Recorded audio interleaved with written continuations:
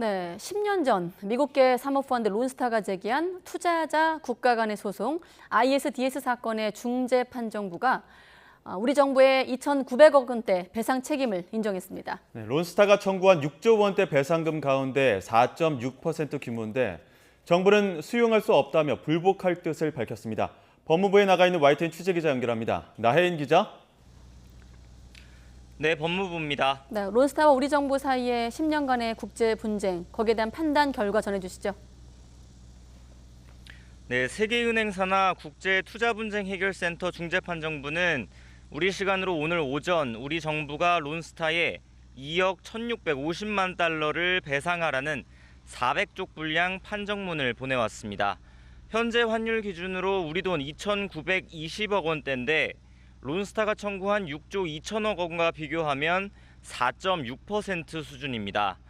다만 배상금을 다 내는 날까지 지난 10여 년 동안 한 달 만기 미국 국채 수익률에 따라 계산한 이자도 부담하라고 해서 전체 배상 규모는 더 커질 것으로 보입니다. 법무부는 지금까지 발생한 이자를 185억 원가량으로 추산하고 있습니다. 네, 정부는 이번 판정 결과 어떻게 보고 있습니까? 일단 정부는 나름대로 선방했다고 보는 것 같습니다. 실제 론스타가 주장한 여러 손해 가운데 대부분이 받아들여지지 않았기 때문인데요. 과거 외환은행을 하나은행이 아니라 HSBC에 팔았으면 더 비싼 값에 팔 수 있었다든지 우리 국세청의 과세가 부당했다는 주장이 대표적입니다.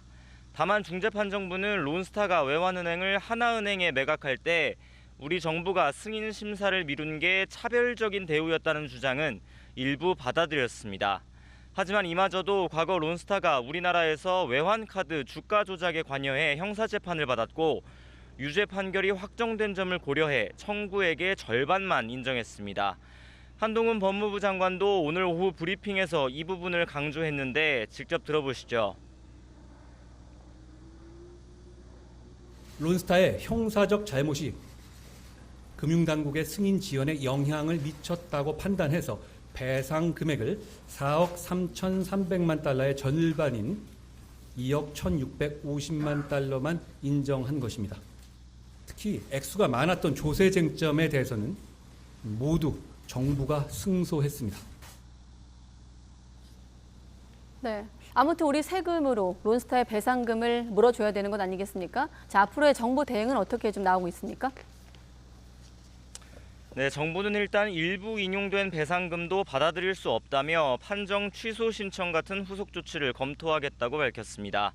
외환은행 매각 당시 론스타에 공정, 공평한 대우를 했다는 입장엔 변화가 없다며 끝까지 다퉈볼 만하다고 강조했습니다. 이번 판정은 앞으로 120일 안에 취소 신청이 가능합니다. 취소 여부가 결정될 때까지는 또 최소 1년 이상 시간이 걸리는데 그때까지 배상금 강제 집행을 멈추도록 집행정지 신청도 가능하다는 게 법무부 설명입니다. 하지만 애초 국제투자분쟁해결센터가 판정 무효 신청 사유를 엄격하게 제한하고 있어서 실익이 없다는 평가도 있습니다. 이에 대해 법무부는 지난 10년 동안 접수된 판정 취소 신청 가운데 평균 10%가량이 받아들여졌다고 설명했습니다. 지금까지 법무부에서 전해드렸습니다.